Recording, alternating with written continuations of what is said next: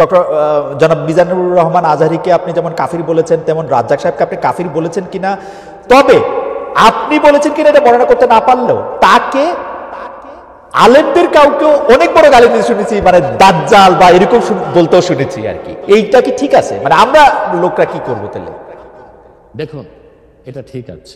কেন ঠিক আছে? সেটা হচ্ছে তাদের বক্তব্যগুলো এত মারাত্মক, এবং বক্তব্যগুলো যখন আল্লাহ তার হাবিব মুহাম্মদ সাল্লাল্লাহু আলাইহি সাল্লামের সম্মানের খেলাফ যায়, তখন কিন্তু আমাদেরকে কঠোর ভাষায় তাদেরকে প্রতিহত করতে হয়। যেমন আপনি যে তরুণ বক্তার কথা বললেন, তরুণ বক্তা, সে লোকটা কি বলেছে?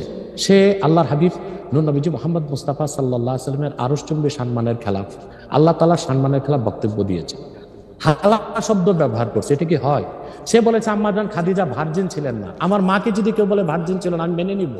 সে বলেছে যে এরপর কিন্তু স্যার আপনার কাছে কি মনে হয় না উনি তাকে আসলে অসম্মান করার জন্য একটা ফ্যাক্ট সামনে আনছে? না না না, এটাই আপনাদের মৌলিক বিশ্বাসের মধ্যে একটা বড় ঘাপলা। আমার সাথে আপনার কথা বলার যে শব্দচয়ন, সেটা কখনো আল্লাহ তার হাবিব সাল্লাল্লাহু আলাইহি ওয়াসাল্লামের শানে ওই শব্দচয়ন ব্যবহার হতে পারে না। ইসলামী আইন শাস্ত্র স্পষ্ট এসেছে যে দেখুন, আমি আপনাকে একটা হাদিস শোনাচ্ছি, একটা হাদিসে কুদসি। আল্লাহ তাআলা তার হাবিব, আপনি একটু আপনার জন্য উপকার হবে, জনগণের জন্য উপকার হবে, একটা দলিলই যথেষ্ট। খন্দক যুদ্ধে আল্লাহর হাবিব সাল্লাল্লাহু আলাইহি ওয়াসাল্লামের আসর নামাজ কাজা হয়েছিল, আর উহুদ যুদ্ধে আল্লাহর হাবিব সাল্লাল্লাহু আলাইহি ওয়াসাল্লামের দাঁত শহীদ হয়েছিল। উহুদ যুদ্ধে আল্লাহ হাবিব সাল্লাল্লাহু আলাইহি ওয়াসাল্লামের দাঁত শহীদ হওয়ার পর আল্লাহ হাবিব সাল্লাল্লাহু আলাইহি ওয়াসাল্লাম কাফিরদেরকে বদদোয়া করেন নাই, কিন্তু খন্দক যুদ্ধে নামাজটা ছুটে যাওয়াতে এত কষ্ট পেয়েছেন আল্লাহর হাবিব, তিনি বদদোয়া করেছেন আল্লাহুম্মা ইমলা বুতুনাহুম ওয়া কুবুরহুম নারা, আল্লাহ কাফেরদের কবরগুলো আর সিনাগুলো জাহান্নামের আগুন দিয়ে ভরপুর করে দাও, তাদের কারণে আসর নামাজটা পড়তে পারলাম না। মাগরিবের পর আল্লাহর হাবিব সাল্লাল্লাহু আলাইহি ওয়াসাল্লাম আসর কাজা করে মাগরিব করেছেন। আল্লাহ তখন হাদিসে কুদসি নাজিল করেছেন, মুহাম্মদ সাল্লাল্লাহু আলাইহি ওয়াসাল্লাম, আপনি উহুদে আপনার দাঁত শহীদ হয়েছে, আপনি মাফ করে দিয়েছেন, কিন্তু খন্দকের নামাজ চলে গেছে, আমার হকটা মাফ করলেন না। আল্লাহ সেদিন নিয়ম করে দিলেন, আল্লাহ বললেন যে আপনার উম্মতের মধ্যে কোনো ব্যক্তি যদি সারা জীবনও নামাজ না পড়ে, সে কাফের হবে না, গুনাহগার হবে, পানিশমেন্ট পাবে, কিন্তু ওমান তাআনা শাআরাতাম মিন শাআরাতিকা ইয়াকফুর, কিন্তু আপনি মুহাম্মদ সাল্লাল্লাহু আলাইহি ওয়াসাল্লামের একটি চুল মোবারক নিয়ে যদি কেউ মন্তব্য করে, সে কাফের হয়ে যাবে। তার মানে হচ্ছে আমার আপনার ক্ষেত্রে যে শব্দচয়ন চলে, সেটা আল্লাহ তার হাবিব সাল্লাল্লাহু আলাইহি ওয়াসাল্লামের আরশচুম্বী শানে চলে না। এখন ইচ্ছাই হোক অনিচ্ছাই হোক ওই রকম শব্দ ব্যবহার যে করবে, ইসলামী আইন শাস্ত্র মতে সে কাফের বলে ঘোষিত হবে। ওকে, সেই একইভাবে আপনি মাওলানা রাজ্জাক বিন ইউসুফকেও আপনি বলছেন যে তার কিছু শব্দচয়ন নিয়ে আপনার আপত্তি ছিল, সেটা একইভাবে সেটা বলছেন সে মাওলানা রাজ্জাক বিন ইউসুফ। এবং তিনি দেখেন একটা কথা বলি, আব্দুর রাজ্জাক সাহেবকে গালি দেওয়াতে আপনি যত কষ্ট পেয়েছেন, সে তত কষ্ট পায়নি, কারণ সে তার ভুলটা বুঝতে পেরেছে। আমি যে কোনো গালি শুনলেই কষ্ট পাই, যে কোনো গালি শুনলেই কষ্ট পাই। আপনি তার প্রমাণ হচ্ছে সৌদি এমবিসিতে আমাকে দাওয়াত করেছিল গত বছর, আমি কিন্তু আব্দুর রাজ্জাক সাহেবের ছেলেকে চিনতাম না, কিন্তু দৌড়িয়ে এসে আব্দুর রাজ্জাক সাহেবের ছেলে আমাকে আলিঙ্গন করেছে এবং বলেছে আমি আব্দুর রাজ্জাক সাহেবের ছেলে। তার মানে আমরা যদি কারো ভুল ধরি, কাউকে গালি দিই, কুফর ফতোয়া দিই, সেটা ব্যক্তি আক্রোশ থেকে না, এটা তারাও জানে, এবং আমরা চাই তারা তওবা করুক, সংশোধনে আসুক। এখন যে স্কলারগুলোকে আমি কাফির বলেছি, গালি দিয়েছি, আপনার কষ্ট লাগলো, তারা আল্লাহর কাছে ক্ষমা চাইতে তাদের বাধাটা কোথায়? আপনার মতের সাথে যদি তাদের দ্বিমত থাকে, আপনি যেটা বলতেছেন সেটা যদি তারা ঠিক না মনে করে, ডিবেট করে তো আল্লাহর কসম বলছি, আমি তাদেরকে যে ফতোয়া দিয়েছি এটা যদি তারা খণ্ডন করতে পারে, আমি প্রকাশ্যে তওবা করব, তাদের কাছে মাফ চাইব। না স্যার, ডিবেট করে কোনো কিছু প্রমাণ করা যায় না, কারণ ডিবেট তো সাবজেক্ট ডিবেট তো subject to Tafsir, subject to interpretation. এখন আপনি যদি না মানে, সেটা অনলাইন হোক অফলাইন হোক, অফলাইনে বসুক, আচ্ছা অফলাইনে বসুক, কিতাবপত্র নিয়ে, মানে এটা তো আপনার ইন্টারপ্রিটেশন, আপনি তো ডিবেট বাদ দেন, সংলাপে বসুক। আচ্ছা ঠিক আছে, আমি আমার ধারণা তারা এই অনুষ্ঠানটা অনেকেই হয়তো দেখছেন, তাদের কাছে এটা হয়তো পৌঁছাবে, তারা নিশ্চয়ই আপনার কাছে, আমি চাই আপনার মাধ্যমে হোক। আচ্ছা, আপনার উপস্থিতির সংলাপ না, ঠিক আছে, আমার মাধ্যমে হলো আমি যাদেরকে কাফের ফতোয়া দিয়েছি, যেসব স্কলারদেরকে, তারা যদি তা প্রমাণ করতে, আমাকে খণ্ডন করতে না পারে, তারা প্রকাশ্যে তওবা করবে। কিন্তু আর যদি আমার অভিজ্ঞতা শেষ করি, আর যদি তারা প্রমাণ করে দেখায় যে যে স্কলারদেরকে আমি কাফের ফতোয়া দিয়েছি আমি তা পুরোপুরি ঠিক বলি নাই, আমি তওবা করব, আমি তাদের হাত ধরে মাপ চাই। মিজানুর রহমান আজহারী কি আসলে একজন স্কলার কিনা? এখন কেউ তো এই প্রশ্ন তুলেছেন যে জনাব এনায়েতুল্লাহ আব্বাসীও যথেষ্ট পরিমাণে এই জায়গায় আছেন কিনা। সেই জন্য আমি জানতে চাইতেছিলাম যে আপনি যখন আইন হাতে তুলে নেওয়ার কথা বলেন স্যার, সেইটা কি আপনি কিভাবে তার যোগ্য, এবং আপনি ছাড়া আর কে আছেন এটার মধ্যে যোগ্যতার জায়গায় আর কি? আমি এখন বলছি, আমি মনে করি আমি গ্র্যান্ড মুফতি বাংলাদেশের। আচ্ছা, আপনি মনে করছেন আপনি গ্র্যান্ড মুফতি?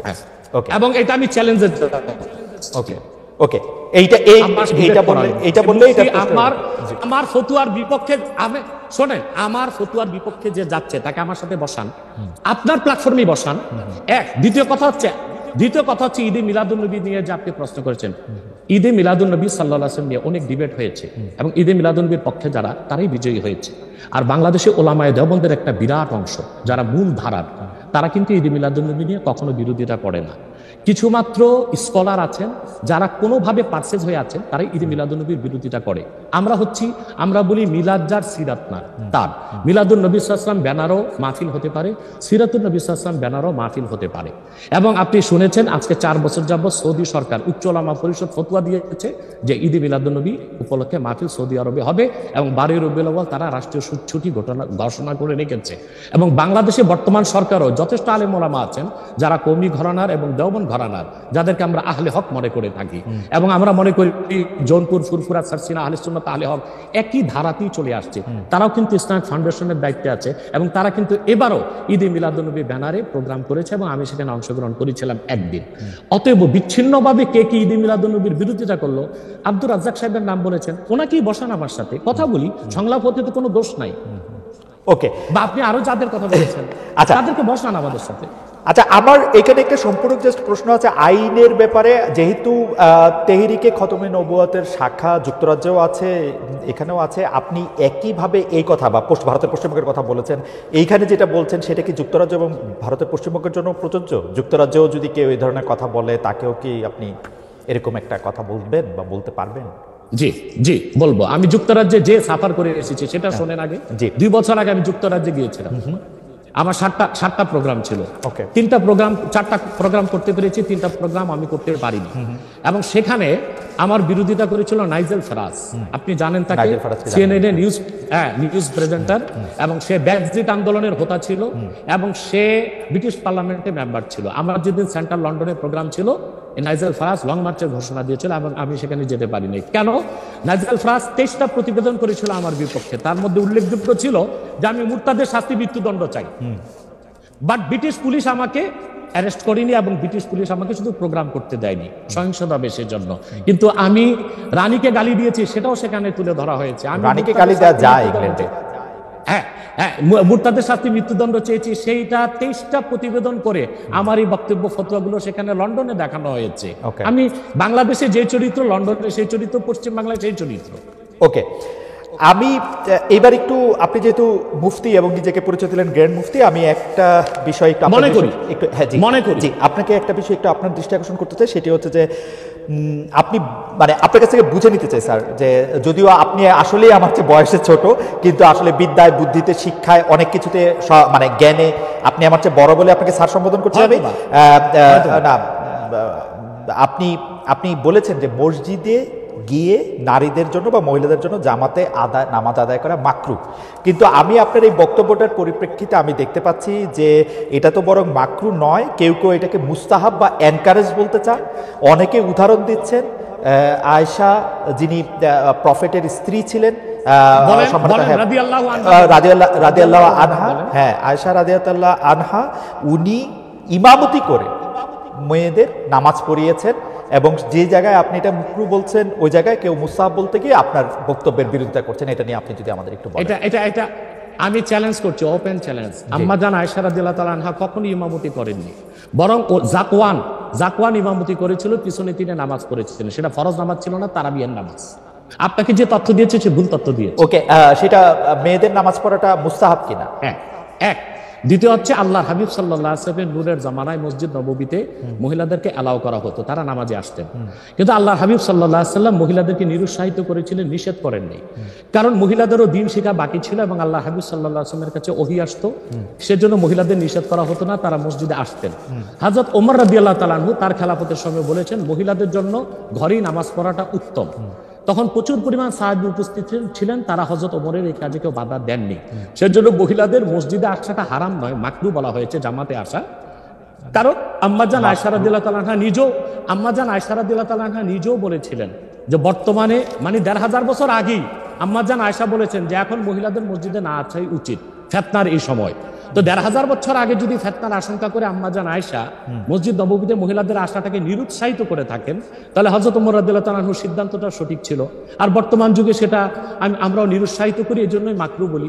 মাকরু মানে হারাম নয়, খুব কঠিনভাবে নিষিদ্ধ নয়, জাস্ট নিরুৎসাহিত করা। আপনি মাকরু ফতোয়াটা কোথায় পেলেন? আর আপনি যে বলছেন যে কোথায় পেলাম বলছি, আনহা এটা পড়েন নাই, কিন্তু আমি এখন যেটা দেখতে পাচ্ছি যে women praying in congregation among themselves, সেটা মাদিনা বলে একটা পিরিয়ডিক্যালস বাইরে হয় মাদিনা ইউনিভার্সিটি থেকে, সেইখান থেকে একজন বলতেছেন যে এটা পড়ছেন। আমি তো এটা সত্য বিচার করতে পারবো না। আয়েশা রাদিয়াল্লাহু তাআলা আনহা ইমামতি করেননি, তিনি জাকওয়ান ওনার খাদেমের পিছনে নামাজ পড়েছেন। সেটা ফরজ নামাজ ছিল না, তারাবিহের নামাজ ছিল। জি, এটা বুখারী শরীফের হাদিস। আমাকে সময় দিলেন, বের করে দিন। আচ্ছা ঠিক আছে, আপনি কি এইটা একটু বলবেন যে মাকরুটা আপনি কোথায় পেলেন? এটা হানাফিদের সর্বসম্মত মত। হানাফিদের সর্বসম্মত মত যে মেয়েদের মসজিদে গিয়ে নামাজ পড়াটা মাকরু। জামাতে হজের সময় ওইটা ভিন্ন বিষয়, ওইটা ভিন্ন ফরজ, হজটা ফরজ, এবং সেখানে নামাজ আদায় করা ওই সময় মেয়েরা জামাত আদায় করতে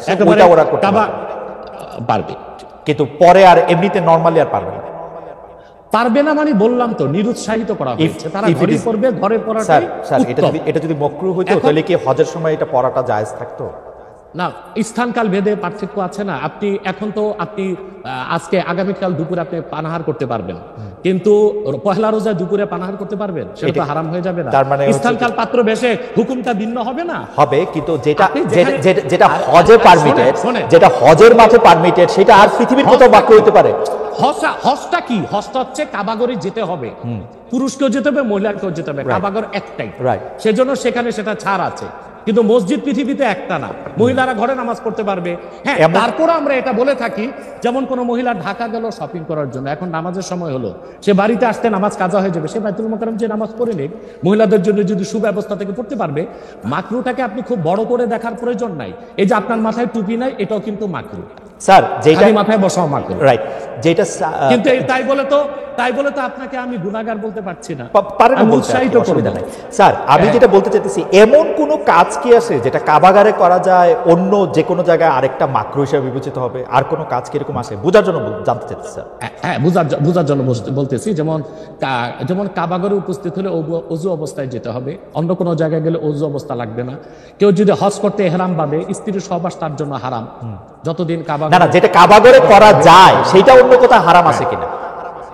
কাবাগর, হ্যাঁ হারাম আছে। যেমন কাবাগর তোয়াফ করা হচ্ছে ফরজ, হজের একটা ফরজ, কিন্তু পৃথিবীর অন্য কোনো ঘর কোনো জায়গায় তোয়াফ করা যায় না, সেখানে যেটা যে অন্য জায়গায় যায় না। মানে যেহেতু কাবাগর তোয়াফ করা যায়, মানে কাবাগর শুধু তোয়াফের জায়গা, কাবাগর তোয়াফ করা ফরজ, কিন্তু পৃথিবীর অন্য কোনো মসজিদ বা আল্লাহর ওলির কোনো কবর বা মাজার তো তোয়াফ করা যাবে না, সেটা তো শিরক। আচ্ছা, তাহলে স্থানকাল পাত্র ভেদে এবং সময়ের ভিন্নতার কারণে হুকুম পরিবর্তন হয়।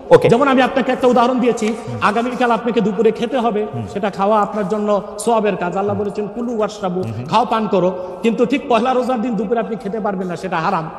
অথবা মাকরুর বিষয়টাও স্থানকাল পাত্র ভেদে তো পরিবর্তন হবে। লাস্ট কোশ্চেন এই সিরিজে জাস্ট বোঝার জন্য, আমাদের অনেক দর্শক জানাচ্ছেন যে সৌদি আরব সহ ইসলামী বিশ্বের অনেক দুনিয়ায় মেয়েদের জামাতে নামাজ পড়ার ব্যবস্থা মসজিদে আছে, তাহলে সেই ব্যাপারটা কি মাকরু কিনা, এবং তাদের শরিয়া বোর্ড সেইটাকে আসলে পরীক্ষা করছে কিনা? আবার বলেন তো প্রশ্নটা। এমন অনেক মুসলিম দেশ আছে সৌদি আরব সহ, আরব দেশ সহ, যেখানে জামাতে মেয়েদের নামাজ পড়ার ব্যবস্থা আছে। বিশেষ করে রমজানের সময় তো তারাবির নামাজের ক্ষেত্রে মেয়েরা অনেকেই যান, তো সেই ক্ষেত্রে তারা এই মাকরুর ব্যাপারটা অবগত কিনা, তাদের শরিয়া ব্যাপারটার দিকে। আপনি হয়তো বা ভুলে গেছেন আমার উত্তরটা। হানাফি মাযহাব মতে মাকরু। আমরা যেহেতু মাযহাব হানাফি মানি, এই জন্য মাকরু, কিন্তু সৌদি আরবে হানাফি মাযহাব না, হাম্বলি মাযহাব, সেখানে মাকরু না। আচ্ছা, মানে হানাফি মাযহাব মতে মাকরু। ওকে, আমি পরের আপনার বক্তব্যটা নিশ্চয়ই অন্য আলেমরাও শুনেছেন, তারা তাদের মতো করে তারা ব্যাপারটা বিবেচনা করে দেখবেন। আমরা এটা শুনলাম। এইবার নেক্সট প্রসঙ্গে বা প্রশ্নে আপনাকে নারীদের নামাজের ব্যাপারে একটা হাদিস শোনাই দিচ্ছি। সহিহ মুসলিম হাদিস নাম্বার 1027।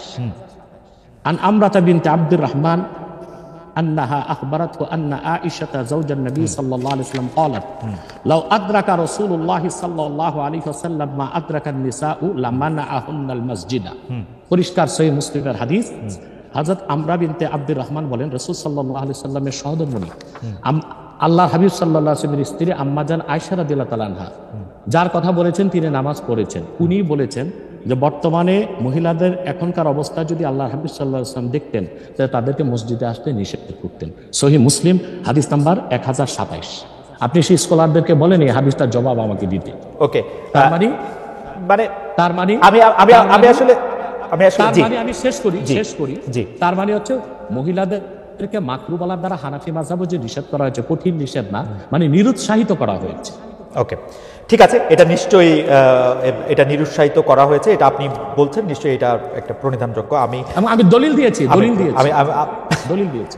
আমি এই বিষয়ে আর আপনার সাথে পরবর্তী প্রসঙ্গে আসি সেটা হচ্ছে যে আমরা মানে আপনি এখানে আসবেন অনেকে অনেক ধরনের মন্তব্য করেন প্রশ্ন করেন অনেকের মধ্যে অনেক ধরনের উৎসাহ আছে অনেক ধরনের জানার বিষয়ও আছে সেই জন্য আপনি যেটাকে বলছে হচ্ছে যে আপনাকে বলা হচ্ছে যে একজন পেশাদার বক্তা যখন আপনি যেহেতু আপনি বক্তৃতা দিয়ে টাকা নিয়ে থাকেন এইটা আপনি ঘন্টায় কত টাকা নেন সেটা নিয়েও মানুষের মধ্যে উৎসাহ আছে এই ধরনের বিষয় নিয়ে আপনি কি বলবেন কেউ কেউ আবার বলে থাকেন আপনি যে বক্তৃতা দেন সেটা দিয়ে একটা নির্দিষ্ট অঙ্কের টাকা নেওয়াটাও আসলে ঠিক হচ্ছে কিনা সেটা নিয়ে অনেকে প্রশ্ন অনেকে গোস্তাকি মাফ করবেন অনেকে আপনাকে হেলিকপ্টার হুজুর বলেন কারণ আপনি বিভিন্ন জায়গায় হেলিকপ্টারে যেতে পছন্দ করেন এই ধরনের নিউজ এই ধরনের আলোচনা আপনি আসলে কিভাবে নিয়ে থাকেন দেখেন আপনি একজন স্বনামধন্য সাংবাদিক এবং আপনি সাংবাদিকতার মাধ্যমে বাংলাদেশের অনেক উপকার করেছেন কিন্তু কোনো হিংসুক বা নিন্দুক যদি বলে খালেদ মহিউদ্দিন একজন বাচালি করে টাকা কামাই করে এটাকে আপনি মানবেন আমি বক্তা না আমি হচ্ছে দায়ী আমি আপনি ঠোঁটে চেয়ে খান কিন্তু আমি মেধা দিয়ে সেবা করি মানুষকে আমি বক্তা নই আমার পরিচয় হচ্ছে দেখুন আমাদের একটা ইতিহাস আছে আমি পেশাদার কোনো বক্তা নই আমি হচ্ছে দায়ী আল্লাহ দিনের দাওয়াত মানুষের কাছে পৌঁছে দিই এখন আসে টাকার বিষয় বাংলাদেশে কেউ কোনো দিন দেখাতে পারবে না আমি আমার নিজের জন্য কোনো টাকা চেয়ে নিই যদি আমি কোনো প্রোগ্রামে কন্ট্যাক্ট করে টাকা নিতাম তো সর্বনিম্ন 3 লাখ টাকা রেট রাখতাম কিন্তু কখনো কখনো আমাকে তারা খুশি হয়ে যাবে সেটা আমি নিয়ে থাকি দ্বিতীয় হচ্ছে হেলিকপ্টার প্রসঙ্গ এটা হচ্ছে আমার অত্যন্ত প্রয়োজন হেলিকপ্টারটা আমার চেয়ে বেশি বাংলাদেশে শেখ হাসিনাও ব্যবহার করেন এটা আমি অহংকার করে বলছি না আল্লাহ তাআলার শুকরিয়া আদায় করছি এবং বাংলাদেশে অনেক বক্তা বা স্কলার এক সময় আমার বিরোধিতা করেছে আমি হেলিকপ্টার কেন চলি হেলিকপ্টারে কেন যাই বাংলাদেশে 2014 সাল থেকে ব্যাপকভাবে আমি হেলিকপ্টারে যাচ্ছি এখন অনেক বক্তা স্কলার বা স্ক্রু ড্রাইভার যাই বলেন তারা হেলিকপ্টার ব্যবহার করছে এখন আর সমস্যা হচ্ছে না আমারটা আর কি সমস্যা ছিল হেলিকপ্টারটা কেন ব্যবহার করি আপনাকে একটা সহজ উদাহরণ দিচ্ছি গত পরশুদিন আমার একটা প্রোগ্রাম ছিল মেঘনাতে দিনে বাদে জোহর আর রাতে আমার প্রোগ্রাম ছিল রংপুর হারাগাছ সেটা মিডিয়াতে ব্যাপক প্রচার হয়েছে পরের দিন আমার প্রোগ্রাম ছিল কালকে লোহাগাড়া এই চট্টগ্রাম সাতকানিয়া এখন আমি হেলিকপ্টার ব্যবহার না করে দিন ও রাতে 3টা প্রোগ্রাম করা কি আদৌ সম্ভব না সম্ভব না যেখানে আমার বাড়ি আব্বাসী মঞ্জিল থেকে চিটাগাং রোড যেতে 1.5 ঘন্টা লাগে তা আমি কিভাবে মেঘনার প্রোগ্রামটা দিনে করে রাতে হারাগাছ করে পরের দিন চট্টগ্রাম যাই আমাকে এটা অনিবার্য কারণে হেলিকপ্টার ব্যবহার করতে হচ্ছে এবং সেটা জনগণই দেখে এর জন্য তো আমাকে হেলিকপ্টার হুজুর বলতে পারে না এখন যে হুজুর নৌকায় চড়ে মাহফিল করতে যায় তাকে কি নৌকা হুজুর বলবেন বা যিনি প্রাইভেট কারে প্রোগ্রাম করতে যায় তাকে কি বলবেন ট্যাক্সি হুজুর এগুলো হচ্ছে আমি গাড়িও ব্যবহার করি যখন যেটা লাগে আমি এখন প্যারাড ইউজ করতেছি এটা 3 কোটি টাকা আমি ভিএট ইউজ করি 8 কোটি টাকা আমি হেলিকপ্টার ইউজ করি এটা 14 কোটি টাকা এখন আমি নৌকাতেও যাই যেখানে যেভাবে আমার সুবিধা তখন সেভাবে সেখানে না সেটা ঠিকই আছে আমি কিন্তু মনে করি যে এখন হিংসুক বা নিন্দুকরা কি বললো সেটা তো আপনার মতো না সেটা ঠিক আছে না আমি কিন্তু মনে করি যে আপনাকে যত ব্যস্ত থাকতে হয় আপনি যদি পথে এর মধ্যে থেকে আপনার দিনের একটা বড় অংশ আপনি ব্যয় করেন এটা আপনার জন্য এটা আসলে কোনোভাবেই এটা মানে এটা কেউই এটা করবে না আমার কাছে মনে হয় যে আপনার ব্যস্ততার জায়গা থেকে আপনার এটা করতেই হবে কিন্তু আমার যে প্রশ্ন ছিল যে আপনি এর জন্য নিজেকে একজন প্রফেশনাল স্পিকার মনে করেন কিনা আপনি মনে করেন কিনা যে আপনি যে বিভিন্ন জায়গায় বক্তৃতা দিতে যাচ্ছেন এবং আপনার যে একটা অসম্ভব চাহিদা বিভিন্ন জায়গায় আজকে এখানে কালকে সেখানে সেইটা আপনার আয়ের একটা বড় উৎস কিনা দেখুন, এটা ছাড়া আমার আয়ের ব্যবস্থা ছিল। আমাদের যে বাংলাদেশে আমাদের যে আধ্যাত্মিক ঘরানার আমরা সন্তান, আপনি জানেন আমাদের বংশের মুরব্বী শাহ কারামত আলী জনপুর রহমতুল্লাহ, তাকে বলা হয় বাংলাদেশের আধ্যাত্মিক জনক। টু নেশন থিওরির ভিত্তিতে দেশ স্বাধীন হয়েছে এবং ডব্লিউ হান্টার তার বইতে উল্লেখ করেছে, এনসাইক্লোপিডিয়া অফ ব্রিটানিকাতে এসেছে, ইসলামিক ফাউন্ডেশন বিশ্বকোষে এসেছে, কারামত আলী জনপুর রহমতুল্লাহর হাতে 2 কোটি লোক মুসলমান হয়েছে। ওনার কারণেই পরবর্তীতে দেশটা স্বাধীন হয়েছে। উনি ইন্তেকাল করেছেন 154 বছর আগে। আমি ওনার সিলসিলায়, ওনার বংশের, আমরা জোনপুরি পীর সাহেব বলে খ্যাত। আমি যদি অন্য পীরদের মতো আব্বাসী মঞ্জিরে বসে পিরি মুরিদি করে যেতাম, তাহলে আমার কোটি কোটি টাকা বছরে আসতো। মূলত আমার হচ্ছে দিনের দাওয়াত দেওয়াটাই আমার মূল কাজ। তারপর জনগণ যেটা খুশি হয়ে আমাকে সম্মান করে, সেটা আমার জন্য যথেষ্ট। আপনি কি আব্বাসী, এটা আমার পেশা নয়, এটা নেশা। আপনি কি আব্বাসী মঞ্জিলে আর এখন বসেন না? মানে ওই সিলসিলা কি বসি বসি বসি বসি, কিন্তু মূল হাইলাইটস করা হচ্ছে দাওয়াতের কাজকে। আমি দাওয়াতি কাজে ব্যস্ত। আপনার মূল, আপনি ইচ্ছা করলে হইতেই পারতেন, কারণ আমরা জোনপুরের পীর সাহেবদের সম্পর্কে আমরা অবগত, তাদের অনেক ফলোয়ার আছে। আরেকটা কথা বলি আপনাকে, আরেকটা কথা বলি। আমি এখনো দিন রাত জেগে আমার ছাত্রদেরকে পড়াই। আমি বুখারী শরীফ প্রথম খণ্ড আমার ছাত্রদেরকে পড়াই। তো শুধু মাদ্রাসায় পড়িও আমি কয়েক লাখ টাকা কামাই করতে পারতাম, বই লেখক কামাই করতে পারতাম, কিন্তু আমি মনে করি তৃণমূল পর্যায়ে আল্লাহর কোরআনের দাওয়াত পৌঁছে দেওয়ার জন্য ওয়াজ মাহফিলের কোনো বিকল্প নেই। রাইট, এটা আমার পেশা নয়, এটা আমার নেশা। এটা আপনার নেশা, কিন্তু আপনি অন্যগুলি যেগুলি আপনি অর্থ করি দিতে পারতেন সেগুলি তো আপনি নেন নাই। আপনি নিছেন হচ্ছে দিনের দাওয়াতের জায়গাটাকে, টাইমটাকে, সেই ওগুলো নিচ্ছি, ওগুলি আপনি ঠিক টাকার জন্য আপনি ব্যবহার করছেন, আয়ের ব্যবস্থা নয়। রাইট, সেই জন্য আমরা আপনাকে একজন পেশাদার মানে বা প্রফেশনাল রিলিজিয়াস স্পিকার এরকম বলতে পারি কিনা, সেইটাই ছিল আর কি আপনার প্রশ্ন। না না, পেশাদার বলতে পারি না। ওকে, আপনি আসছেন এখানে, আমরা দর্শকদের কাছে একটা প্রশ্ন করেছিলাম যে আগামী জাতীয় নির্বাচন ঘিরে বাংলাদেশে ইসলামপন্থী দলগুলোর মধ্যে ঐক্য প্রক্রিয়া সফল হবেন বলে মনে করেন কিনা দর্শকরা। শতকরা 56% দর্শক মনে করছেন হ্যাঁ, শতকরা 44% দর্শক মনে করছেন যে না, সেই ঐক্য প্রক্রিয়া সফল হবে না। 70,000 দর্শক ভোট দিয়েছেন। আমি একটু আবার জনাব আব্বাসীর কাছে ফিরি। জনাব আব্বাসী,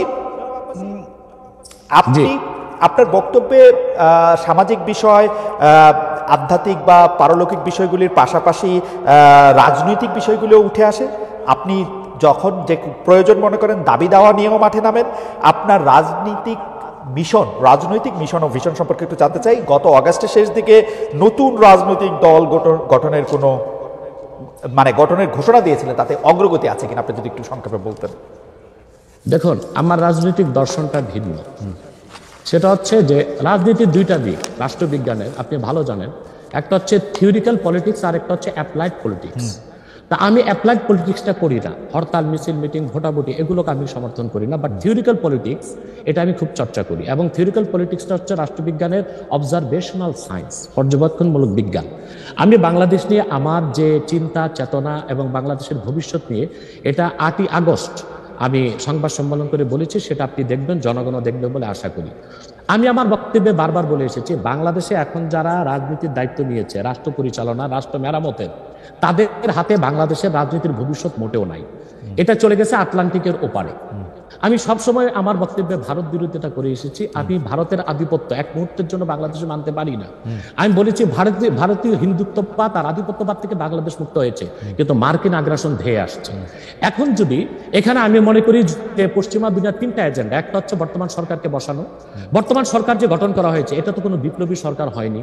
আমি তো চেয়েছিলাম প্রত্যেক মূলধারা রাজনৈতিক দল থেকে ঘাঘু রাজনীতিবিদ যারা তৃণমূল থেকে রাজনীতি করে এসেছে, তাদেরকে নিয়ে একটা ইন্টারিয়াম গভর্নমেন্ট হবে। তা তো হলো না। বরং আমি মনে করি এটা পশ্চিমা দুনিয়ার, একটু বলি বরং পশ্চিমা দুনিয়ার যে প্রেসক্রিপশন ছিল ওই অনুযায়ী বর্তমান সরকারটা গঠন করা হয়েছে, যে কারণে এরা দেশের কোনো সংস্কারও করতে পারবে না, মেরামতও করতে পারবে না, যা আমরা ইতিমধ্যে এতদিন দেখেছি। দ্বিতীয় কথা হচ্ছে, এখন আমি যা দেখতে পাচ্ছি বাংলাদেশ মার্শাল লর দিকে যাচ্ছে। তারপর আমার অ্যানালাইসিস হচ্ছে এটা সিভিল ওয়ারের দিকে চলে যাবে, এবং ফ্রি ফেয়ার ইলেকশন হয় কিনা আমি শঙ্কায় আছি, জানি না, আমার শঙ্কা ভুল হতেও পারে। ওকে, আপনি দ্বিতীয় কথা হচ্ছে, আমি একটু মাঝখানে একটু হারাই ফেলবো, সেই জন্য আমি একটু বলি, আপনি যে ঘাঘু রাজনীতিবিদদের সমন্বয়ে সরকার গঠনের কথা বলছিলেন, তাদের 2-1 জনের নাম কি বলবেন, যে এরা থাকলে আপনি বুঝতে পারতেন যে এরা ঘাঘু রাজনীতিবিদ থাকছে সরকারে? যেমন মনে করেন বিএনপি থেকে দুই একজন নেওয়া যেতে পারতো, জামাত ইসলামের ডক্টর শফিক সহ আরো কিছু অভিজ্ঞ কিছু নেতা নেওয়া যেতে পারতো, এবং আরো যেমন ছাত্র সমন্বয়কদের থেকে যারা যেমন তাদেরকে যারা বুদ্ধিভিত্তিক নেতৃত্ব দিয়েছে তাদের রাখা যেতে পারতো। অর্থাৎ বাংলাদেশের যে রাজনীতি করবে তারা বাংলাদেশের ইতিহাস ঐতিহ্য এই জাতির নৃতত্ব সম্পর্কে জানা থাকতে হবে, নতুবা এই জাতিকে কেউ শাসন করতে পারবে না। যে কোনো দেশের যারা এখন শাসন করতেছে তাদেরকে আপনি এর যোগ্য মনে করেন না, এবং আপনি মনে করেন একটা সিভিল ওয়ারের দিকে, একটা মার্শাল লর দিকে? তাদেরকে আমি অযোগ্য বলছি না, কিন্তু রাজনীতির ময়দানে তারা খুব যোগ্য নয়। তারা যদি খুবই যোগ্য হতো তাহলে দেশকে এই অবস্থায় যায়, এখন লুটপাট ধর্ষণ যেভাবে বেড়েছে এখন এটা তো স্বাভাবিকই মনে হচ্ছে যে দেশ কোনো ভালো গন্তব্যে যাচ্ছে না।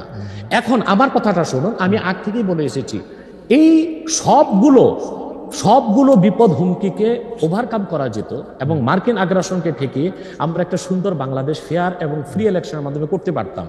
এটার দায়িত্ব যদি ইসলামপন্থীগণ নিতেন। এখন ইসলামপন্থী কারা? শুধু জামাত ইসলামীকে তো দিলে হবে না। এই দেশে 3 থেকে 3.5 লক্ষ মসজিদের ইমাম হচ্ছে হেফাজতের লোক, তারা হচ্ছে মসজিদগুলোকে কন্ট্রোল করে, এবং প্রত্যেকটা সমাজ কিন্তু এখনো মসজিদ কর্তৃকই নিয়ন্ত্রিত। ইমাম সাহেবের কথাটাই সমাজের লোক শুনে। তো বোঝা যাচ্ছে বাংলাদেশের রাজনীতিতে মূল শক্তি হিসেবে আসতে পারে হেফাজত ইসলাম বাংলাদেশ, তাদেরকে নিতে হবে।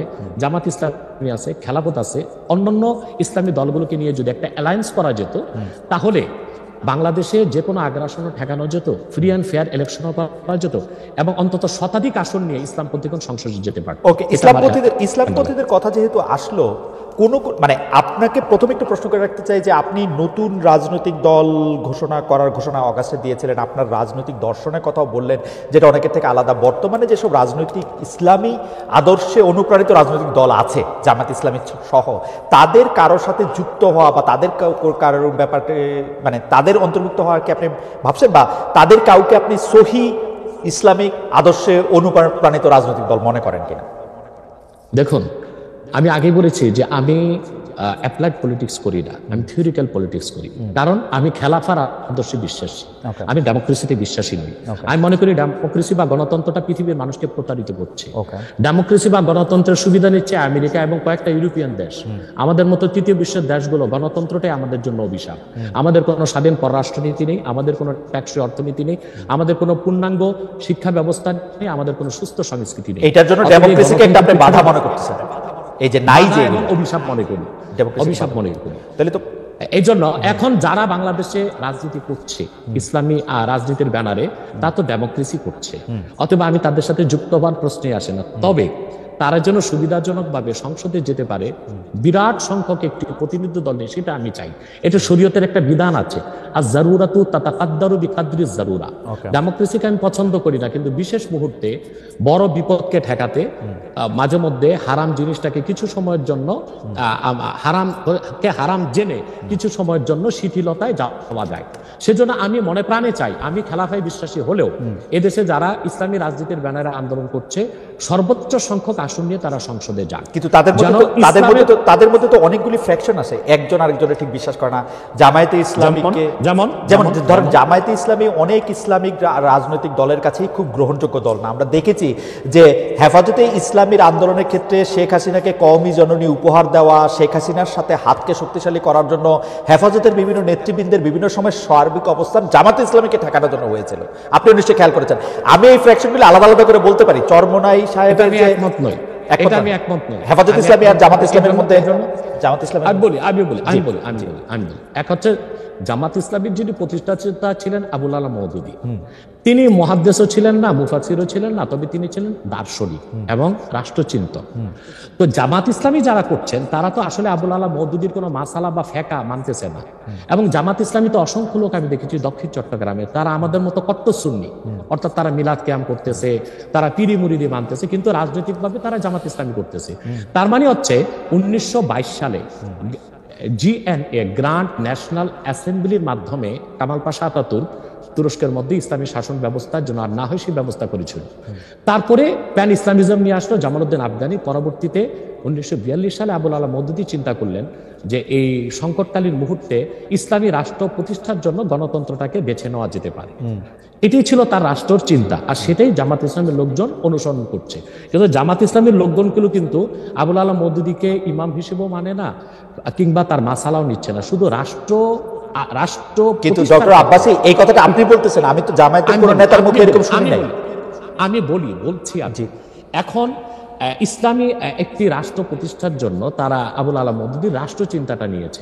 এখন আমরা বা অন্য হেফাজত ইসলাম বা কওমি ঘরানার যারা বিরোধিতা করি জামাতের, সেটা হচ্ছে আবুল আলা মওদুদীর আকীদা যে ভুল ত্রুটি ছিল সেটার বিরোধিতা করি আমরা।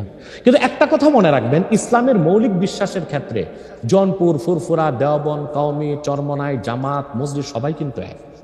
ওকে, আপনি দেখেন, আপনি দেখেন, আমি বলি যেমন 13 সালের 5ই মে শাপলা চত্বর আমি উপস্থিত হয়েছিলাম কয়েক লক্ষ লোক নিয়ে। আমি তো জৌনপুরের এবং আমাকে সুন্নি বলেই জানে, কারণ হেফাজত ইসলামের 13 দফা দাবি আমাদের সকল মুসলমানের দাবি ছিল। এবং সেখানে সারা বাংলাদেশ থেকে 13 সালের 5ই মে জামাত ইসলামী ও শিবিরের লোকজন 200 বাস নিয়ে উপস্থিত হয়েছিল, কারণ ওই 13 দফা দাবির পক্ষে তারাও ছিল। হয়তোবা তারা রাজনৈতিকভাবে বলতে পারছে না, কিন্তু সেখানে উপস্থিত হয়েছিল। তো কথা হচ্ছে যে মৌলিক বিশ্বাসের ক্ষেত্রে সকল মাসলাকের মুসলমান এক, কিন্তু বাংলাদেশে রাজনীতি করার ক্ষেত্রে কিংবা নিজ নিজ অবস্থান ধরে রাখার জন্য শাখা প্রশাখাগত বিষয়ে একটু দ্বন্দ্ব আছে, এটা তো থাকতেই পারে। একটা ঘরে যদি 5টা ভাই থাকে, 5 ভাই কি আপনি যেটাকে শাখা প্রশাখাগত দ্বন্দ্ব বলতেছেন, সেই দ্বন্দ্ব আমরা অনেক সময় অনেক প্রকট দেখি। কেউ কেউ বলেন যে একজন আরেকজনকে বলেন যে তারা আসলে নাস্তিকদের থেকেও খারাপ, আরেকজন আরেকজনকে বলেন তারা বিধর্মী থেকেও খারাপ। একজন আলেম আরেকজন আলেমকে বলেন, সেগুলি আমরা শুনি। এবং রাজনৈতিক কারণে বলেন, অনেক সময় সেটি মানে কোনো বিষয়ের ব্যাখ্যা দিতে গিয়া না, রাজনৈতিক অবস্থানের কারণে বলেন। আমরা দেখেছি যে বাংলাদেশের ইসলামিক রাজনৈতিক দল, আমি এই মুহূর্তে নাম বলছি না, কিন্তু তারা জনসভায় ভাষণে বলেছেন যে তাদের আসলে জামাতে ইসলামীকে ঠেকানোই তাদের রাজনৈতিক আদর্শ। এটা তো হিংসা, প্রতিহিংসা। তো সেইটা তো আমি বলি একটা আপনাকে উদাহরণ দিচ্ছি। যেমন জামাত ইসলামীর যারা বিরোধিতা চরম পড়ে, আমি তো জামাত ইসলামের সমালোচনা করি গঠনমূলক, যেটা তাদের সংশোধন করা দরকার সেটা করতে হবে। কিন্তু আমি কি কখনো বলতে পারি যে জামাতের লোকজন নাস্তিকদের চেয়েও খারাপ? এটা কি বলা যায়? আপনি বলুন। এখন মনে করেন 13ই মে আপনি বলছেন, সেটা বলছি না, কিন্তু আমি বলছি একজন ইসলামী আলেম বলে আমরা একজনকে চিনি, তিনি আরেকজনকে বলতেছেন। আমি তাকে চিনি। জি, ওই লোকটা যে লোকটা বলেছেন তার নামটা আমিও নিব না, কিন্তু বাংলাদেশে এমন অনেক ইসলামী রাজনীতির ব্যানারে রাজনীতি করছেন যারা কিনা মোসাদ বা কিংবা সিআইএর পেইড এজেন্ট হয়ে বসে আছেন। এখন রাজনৈতিক আক্রোশে অনেকে অনেক কথাই বলে। যেমন জামাত ইসলামীর বিরোধিতা করতে যে ফরিদউদ্দিন মাসুদ এবং কিছু আলেম শাহবাগীদের সাথে একাত্মতা ঘোষণা করছে। এটা কেন করছে? তাহলে কি শাহবাগী না, তাহলে কি মতিউর রহমান নেজামী, দেলোয়ার হোসেন সাইদি তাদের চেয়ে ভালো ছিল শাহবাগীরা? যে মতিউর রহমান নেজামী, দেলোয়ার হোসেন সাইদি বা জামাতের যাদের ফাঁসি হয়েছে তাদের ফাঁসি দায় কার্যকর করতে ফরিদউদ্দিন মাসুদ শাপলা চত্বরে চলে গেছে, শাপলা চত্বর না শাহবাগ চত্বরে চলে গেছে, নাস্তিক ব্লগারদের সাথে একাত্মতা ঘোষণা করছে। তো বুঝেই যাচ্ছে এটা একটা রাজনৈতিক আক্রোশ ছিল, রয়ের পারপাস সার্ভ করার জন্য এই কাজটা করেছিল কিছু আলেম। অথবা ওই ধরনের কোন আলেম কি বললো, তার মুরিদ কত, তার জনসংখ্যা কত, সেটা কোনো দেখার বিষয় না। সেটা বুঝেই যাচ্ছে কোন একটা ইন্টেনশন থেকে সে কাজটা করেছে বা বলেছে। কিন্তু আমাদেরকে তো ইনসাফে থাকতে হবে। আমরা আবুল আলা মওদুদীর বা জামাত ইসলামের সমালোচনা গঠনমূলক ভাবে করে আসছি, করতেছি। যেমন আমি জামাত ইসলামী মানে আপনি যেমন বললেন যে মওদুদী সাহেবের ফিলোসফিটা জামাতে ইসলামী আসলে সেইভাবে নিতেছে না, কিন্তু আমি কিন্তু ডক্টর আব্বাসী, আমি কিন্তু এই কথা জামাতে ইসলামের কোন শীর্ষ নেতৃত্বের কাছে শুনি নাই। সত্যি কথা বলবে না, হ্যাঁ বলবে না কেন? বলবে না কেন? তারা যদি এটা না নেয় তাহলে এটা বলবে না কেন? হতে পারে এই জন্য বলবে না যে আপনার কর্মীদের মনোবল ভেঙে যাবে। কিন্তু আমি শীর্ষ নেতাদের মুখে শুনেছি, দেলোয়ার হোসেন সাইদি সাহেব একজন বাংলাদেশে জাদ্রেল একজন স্কলার ছিলেন, এবং আপনি জানেন তার জনপ্রিয়তা এখনো কিন্তু একেবারে আকাশ জনপ্রিয়, আলহামদুলিল্লাহ। সেটা বলি, সাইদি সাহেব ব্যক্তিগত জীবনে আবুল আলা মওদুদীর কোনো মাসালা মেনেছিলেন? তিনি তো হানাফি মাযহাবের মতে নামাজ পড়তেন, লম্বা দাড়ি রাখতেন, এবং তিনি পীর ঘরানা থেকে এসেছেন। তার বাবা ছিলেন ফুরফুরার মুরিদ। ডক্টর আব্বাসী, আমি একটা প্রশ্ন সরাসরি করি। ডক্টর আব্বাসী, আমি একটা প্রশ্ন সরাসরি করি। আপনি সোজা সাপটা কথা বলেন, আপনাকে সরাসরি কথা বলি। এই মওদুদীর আদর্শটা জামাত সরাসরি অস্বীকার করা না পর্যন্ত আমি মওদুদী সাহেবের জায়গায় রাখতে চাই, কিন্তু মওদুদী সাহেবের আদর্শটা তারা সরাসরিভাবে ধারণ করার কথা বলে যে একটা ইসলামিক রাজনৈতিক প্ল্যাটফর্ম তৈরি করেছে, আপনি কি সেটাতে যাইতেন? সেইটা আপনি আমল করেন আর না করেন? তাহলে দুইটা কারণে যেতাম। তো জনাব সাইদি যে গিয়েছিলেন সেটাকে আপনি সঠিক মনে করেন না? সাইদি সাহেব কেন গিয়েছিলেন সেটা তার, আপনি বলতেছিলেন যে তিনি আমলটা করেন নাই, কিন্তু আদর্শের এই ঘরানায় কি আপনি আসতেন? দেখুন, সাইদি সাহেবের একটা বক্তব্য আমি শুনেছি। তিনি একটা সাক্ষাৎকারে বলেছিলেন যে তিনি দেখেছেন ইসলামী রাষ্ট্র প্রতিষ্ঠা করার জন্য যে জনবল দরকার, যে কাজকর্ম দরকার, উনি সেটা জামাতের মধ্যে পেয়েছিলেন। সেজন্য তিনি জামাতের রাজনীতিতে ছিলেন, কিন্তু ব্যক্তিগত জীবনে তিনি তো হানাফি মাযহাব মেনেছেন, আহলুস সুন্নাহ ওয়াল জামাতের আকীদা বিশ্বাসী লালন করতেন অধিকাংশ ক্ষেত্রে, এবং তিনি পীর ঘরানার ছিলেন এবং পীর মাশায়েখদেরকে যথেষ্ট শ্রদ্ধা করতেন। আমি আগেই বলেছি যে বাংলাদেশে জামাত ইসলামী আকীদাগত দিক দিয়ে আবুল আলা মওদুদের আকীদা সবাই গ্রহণ করে নাই। দক্ষিণ চট্টগ্রামের যারা জামাতের নেতা আমির, তারা আমাদের সাথে দক্ষিণ চট্টগ্রাম, আচ্ছা, এই ব্যাপারে আপনার বক্তব্য পরিষ্কার। আমি এই ব্যাপারে আবার উত্তরবঙ্গে যারা জামাতের নেতা, তারা লামাযহাবী, তারা মাযহাবী মানেন না। সেজন্য আমি বলেছি আবুল আলা মওদুদী তিনি কোনো ইমাম ছিলেন না, তিনি ছিলেন রাষ্ট্রচিন্তক, দার্শনিক। তো তিনি একটা ইসলামী একটি শরিয়া রাষ্ট্র কায়েমের জন্য তিনি যে রাজনৈতিক দর্শন দিয়েছিলেন সেটা জামাত নিয়েছে, কিন্তু আবুল আলা মওদুদীর আকীদায় যথেষ্ট ত্রুটি ছিল, সেটা আগেও বলেছি, এখনো বলছি। এবং জামাত ইসলামী যেহেতু ডেমোক্রেসির চর্চা করে, তাদের সাথে আমার যাওয়ার প্রশ্নই আসে না। তবে আমি আবারও বলছি, চরমনাই হোক, জামাত হোক, মজলিস হোক, তারা সবাই মিলে অ্যালায়েন্স করে সংসদে একটা বিরাট সংখ্যক প্রতিনিধিত্ব দল নিয়ে থাকুক, এটা আমি চাই। ওকে, আমি জাস্ট এটাতে একটু ছোট্ট করে একটা জিনিস যোগ করে আমি জামাতের এবং রাজনৈতিক প্রসঙ্গে আসবো। আমি শুধু একটু ধর্মীয় প্রসঙ্গে একটু আসতে চাই। আপনি লামাযাবিদের কথা বললেন, লামাযাবিদের অনেকেই, আপনি যে নিজেকে একজন গর্বিত কট্টর সুন্নি বলে পরিচয় দিচ্ছেন, সেই জায়গায় আপনাদের বিশ্বাস এবং ধর্মাচরণে, যেটাকে ঈমান আর আকীদা বলা হয়, সেটার মধ্যে অনেক ত্রুটি রয়েছে বলে তারাও মনে করেন, এবং তারা এই ব্যাপারটা নিয়ে তারা একটা অবস্থান নিয়ে থাকেন বিভিন্ন জায়গায়। এমনকি মসজিদের ক্ষেত্রে আলাদা করে ঘোষণা দিচ্ছেন যে এটা হচ্ছে ঠিক এইভাবে পড়ার মসজিদ, এইটা এইভাবে নামাজ পড়ার জিনিস। এই ব্যাপারটাকে আপনি কিভাবে ডিল করেন? মানে এটা কি আপনার কাছে কি মনে হয়? দেখুন, কথা হচ্ছে যে যারা লামাযহাবী, তাদের লামাযহাবীরা পৃথিবীর কোনো মুসলিম রাষ্ট্রে স্বীকৃত নয়। যেমন সৌদি আরবতে আব্দুর রহমান আস-সুদাইস কাবাগরের ইমাম সাহেব বলেছেন লামাযহাবী একটা বাতিল ফিরকা। সেখানে হাম্বলি মাযহাব চর্চা করা হয় এবং সেখানে কোরআন সুন্নাহ মোতাবেক চলার স্বাধীনতা দিয়েছে সৌদি সরকার। এবং রাষ্ট্রীয় অধিক মাসালার ক্ষেত্রে সৌদি সরকার হাম্বলি মাযহাবের মত নিয়েছে এবং ইমাম আবু হানিফার হানাফি মাযহাব থেকে মত নিয়েছে। যেমন শাফি, মালিকি, হাম্বলি 3 মাযহাবে বেনামাজি যদি মুসলিম হয় তাকে মৃত্যুদণ্ড দিতে হবে, কিন্তু ইমাম আজমের মাসালা হচ্ছে যে না, যদি কেউ মুসলিম পরিচয় দেয়, অমুসলিম নামাজ পড়বে না, এটাই স্বাভাবিক। মুসলিম যদি পরিচয় দেয় আর সে নামাজ না পড়ে, তাকে বেত্রাঘাত করা যাবে। এই ক্ষেত্রে সৌদি সরকার হানাফি মাযহাবটা নিয়েছে। তো লামাযহাবী হচ্ছে সে কোনো মাযহাব মানে না। মূলত এটা ইংরেজদের এই ফেতনাটা তৈরি করে গেছে ইংরেজরা। পৃথিবীতে 200 বছর আগে লামাযহাবী বলে কোনো মত বা ফেরকা ছিল না, সালাফি নামে কোনো দল ছিল না, আহলে হাদিস নামে কোনো দল ছিল না। আমরা তো আহলে হাদিস কারা? যারা হাদিসের অনুসরণ করে। হানাফি মাযহাবের চেয়ে বেশি হাদিসের অনুসরণ কোনো মাযহাবী করে না। দ্বিতীয় হচ্ছে, আপনি যদি বলেন তারা বলে আমার ত্রুটি আছে আমার বিশ্বাসে আকীদা, আমি বলবো চোরের মার বড় গলা। আমি তো বাংলাদেশেই আছি, তো আমি তো তাদেরকে ডক্টর আসাদুল্লাহ গালেব লামাযহাবীদের মধ্যে একজন ভালো স্কলার এবং ভালো আলেম বলে জানি। ওনার ছেলে একদিন আমার সাথে দেখা করেছে ঢাকা এয়ারপোর্টে, বলেছে যে আপনারা নিজেদের মধ্যে গালিগালাজ না করে একটু কি বসা যায় না? আমি তাকে বলেছি তোমার আব্বাকে বলো, উনি জ্ঞানী মানুষ এবং খুব ভদ্র। আসাদুল্লাহ গালেব সাহেব উগ্রপন্থী নন, তিনি খুবই ভদ্রভাবে কথাবার্তা বলেন এবং তিনি জ্ঞান রাখেন। আমি বলেছি তোমার আব্বাকে বলো লামাযহাবীদের স্কলারদের সাথে আমরা বাহাস দরকার নেই, তাতে তো ঝগড়া হয়, আমরা সংলাপে বসতে পারি, দেখি আমরা কোন দলটি কোরআন সুন্নাহ মোতাবেক চলি, এটা আমাদের মধ্যে সংলাপ হতে পারে। এবং আমি আবার আপনাকে বলছি, ইসলামের মৌলিক বিশ্বাসের ক্ষেত্রে আহলে হাদিস লামাযহাবীরাও কিন্তু আমাদের সাথেই আছে। কিন্তু পার্থক্যটা কোথায়? পার্থক্যটা হচ্ছে যেমন মাযহাব মানবো কি মানবো না, কিংবা আমলীগত দিক থেকে কিছু আকীদাগত পার্থক্য আছে।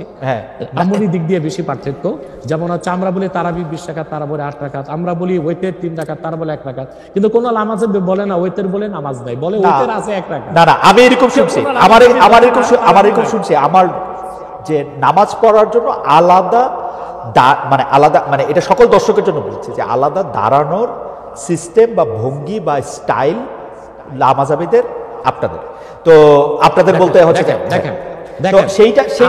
আমরা যারা আপনি বলেন বাংলাদেশে 3 থেকে 3.5 লক্ষ মসজিদ হানাফি ইমাম, কোন মসজিদ লেখা আছে হানাফি মসজিদ?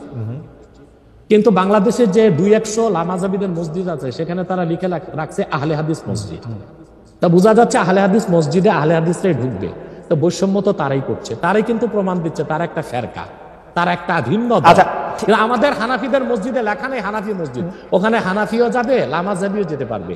আপনি অবাক হবেন, আমাদের আব্বাসী মসজিদের যে মসজিদ, বড় মসজিদ, এখানে প্রত্যেক জুমায় প্রচুর লামাঝাবি আসে এবং তারা জোরে আমিন বলে এবং রফিয়া দান করে, আমাদের পক্ষ থেকে কোনো বাধা নাই। কিন্তু আমি যেহেতু আপনাকে ফলো করি, আমি আপনার বক্তব্যে অনেক সময় শুনছি যে তাদের সম্পর্কে আপনি খুব ভালো কথা বলেন নাই।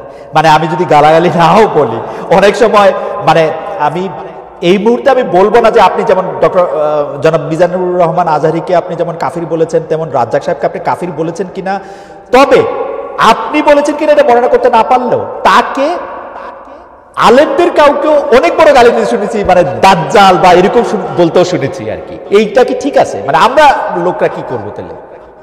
দেখুন, এটা ঠিক আছে। কেন ঠিক আছে? সেটা হচ্ছে তাদের বক্তব্যগুলো এত মারাত্মক এবং বক্তব্যগুলো যখন আল্লাহ তার হাবিব মুহাম্মদ সাল্লাল্লাহু আলাইহি সাল্লামের সম্মানের খেলাফ যায়, তখন কিন্তু আমাদেরকে কঠোর ভাষায় তাদেরকে প্রতিহত করতে হয়। যেমন আপনি যে তরুণ বক্তার কথা বললেন, তরুণ বক্তা, সে লোকটা কি বলেছে?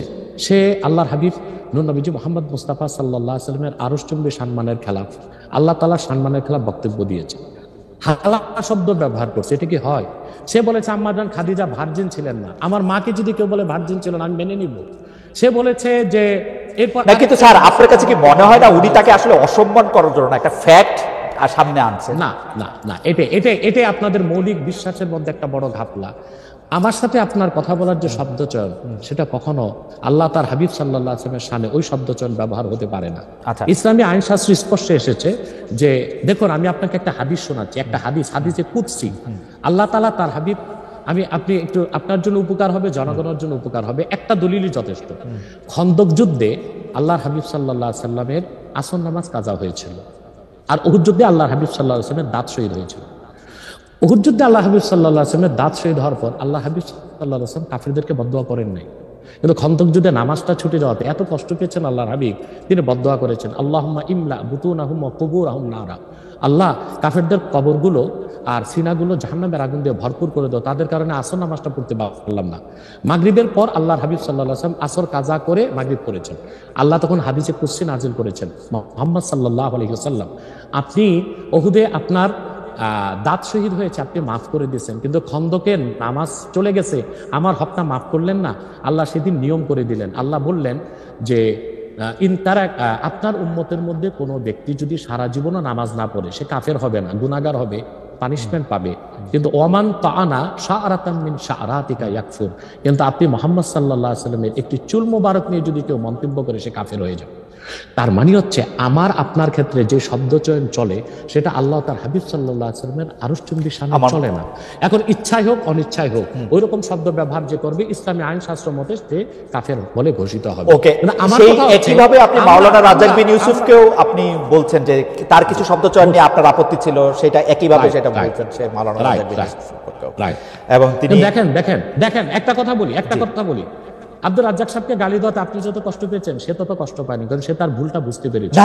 আমি যে কোনো গালি শুনলেই কষ্ট পাই, আপনি তার প্রমাণ হচ্ছে সৌদি এমবিসিতে আমাকে দাওয়াত করেছিল গত বছর।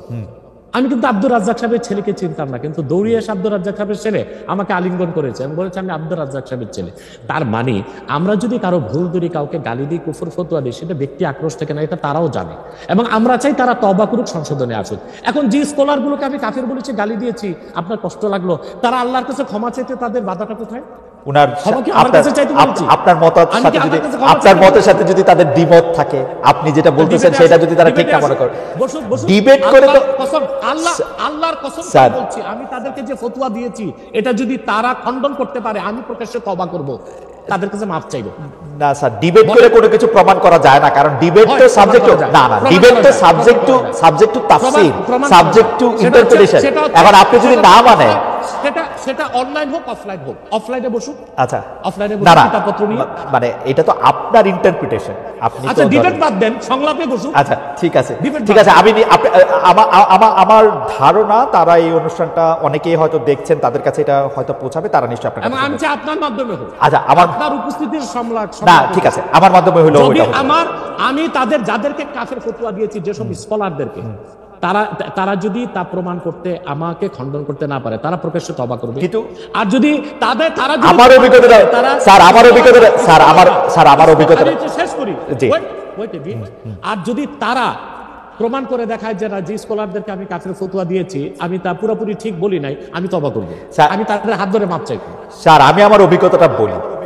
আমি বাংলাদেশে সাংবাদিকতা করি আজকে 27 বছর। এর মধ্যে থেকে আমি বিভিন্ন রাজনৈতিক নেতৃবৃন্দের ইন্টারভিউ করছি, তাদের দুজনের সাথে বসছি, কিন্তু তারা কখনোই কোনো ডিবেটে বা সংলাপে তাদের অবস্থানের কোনো রকম ত্রুটি কখনো তারা দেখতে পায় নাই এখন পর্যন্ত। তো এই জন্য হচ্ছে সংলাপে কোনো কিছু প্রমাণ করা না প্রমাণ করার জন্য আমার থেকেও কাউরে যদি আপনারা এরকম মানেন যে উনি যেই পক্ষে এটা বলবেন, তাহলে বোধহয় এটা সুবিধা হয়, কারণ এটা কোনো একটা রায় বা ভার্ডিক্ট দিতে হবে, রায় বা ভার্ডিক্ট দেখে না। আপনি দেখেন সংলাপে কোনো ডিবেট না, ডিবেট হচ্ছে মুবাহাসা। সেখানে ঝগড়া হতে পারে, তর্ক বাড়তে পারে, কিন্তু সংলাপটা হচ্ছে আন্তরিক পরিবেশে দলিল প্রমাণ নিয়ে উপস্থাপন করা। এটা তো হতেই পারে, এটা আপনি করতে পারেন, এটা অফলাইনে অনলাইনে অন্যরা করতে পারে, এবং তারা সবাই বাংলাদেশে এখন আছে। যদি ইসলামিক ফাউন্ডেশনে তারা বর্তমান যে খালেদ সাহেব আছে, উনি তো একজন ধার্মিক মানুষ, তার উপস্থিতিতে করেন আরো সুন্দর হয়। কিন্তু আমরা যাদেরকে, যে স্কলারদেরকে কুফর ফতোয়া দিয়েছি, সেক্ষেত্রে আমরা অনর এবং অবিচল। এবং আপনি যে স্কলারের কথা বলেছেন, সে আমাকে কথা বলতে চেয়েছে, আমি তার সাথে কথা বলিনি, এবং সে হয়তো বা আসতেও চেয়েছে, আমি অ্যালাউ করি না। আমার শর্ত একটাই, যে আমি যে ফতোয়া দিয়েছি তা আমি প্রমাণ দিব।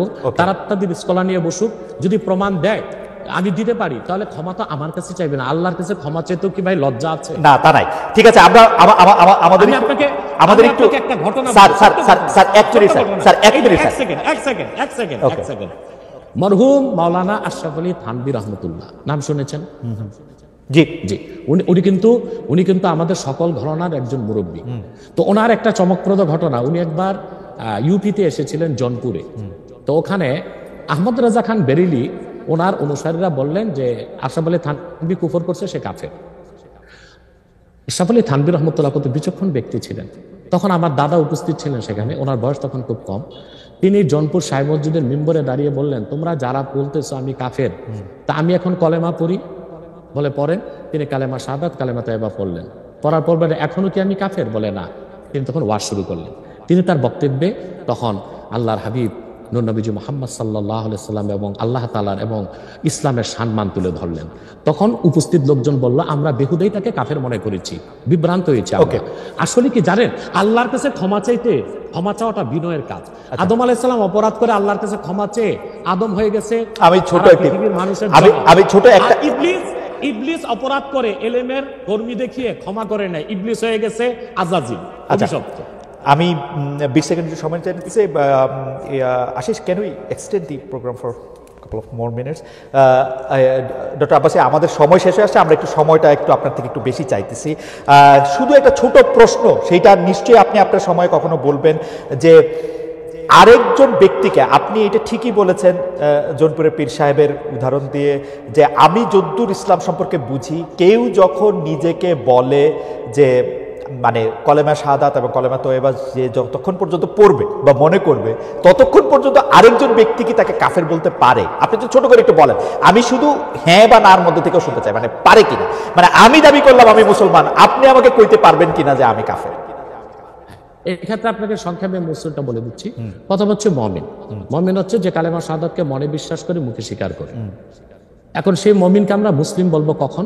হাদিস শরীফে এসেছে, মান সাল্লা সালাতানা ওয়াস্তাকবালা কিবলাতানা ওয়া আকালা যাবিহাতানা ফাযালিকাল মুসলিম।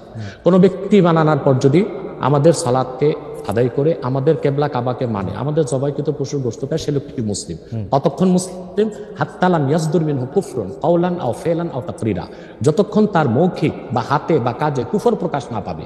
যদি কোনো ব্যক্তির দ্বারা কালেমা পড়ার পরও কুফর প্রকাশ পায়, ওই রকম ব্যক্তিকে শরীয়তের ভাষায় বলা হয় কাফের। এবং সে যদি মুসলিম দাবি করে, তাকে বলা হয় জিন্দিক। জিন্দিকের শাস্তি শরীয়তে মৃত্যুদণ্ড। পক্ষান্তরে আমার মনে হয় এত বড় উত্তর আমরা দিতে পারবো না, তাহলে আপনি বলতে চাইছেন যে শেষ করি। আর কোন ব্যক্তি যদি মুখে কালেমা পড়ে কিন্তু অন্তরে তার ঈমান নাই, সে কাফের, কিন্তু কুফরটা প্রকাশ করে নাই, তাকে আমরা মুনাফিক বলি। ওকে, কিন্তু আপনি মনের খবর আপনি কেমনে বুঝবেন? সেই জন্যই তো মুনাফিক বলবো, কিন্তু কুফর যখন প্রকাশ পাবে তখন তো বুঝেই নিলাম তার মনে কুফর আছে। আচ্ছা, ঠিক আছে। এবার আমি অন্য প্রসঙ্গে আসি। 5 আগস্টের পর ক্ষমতা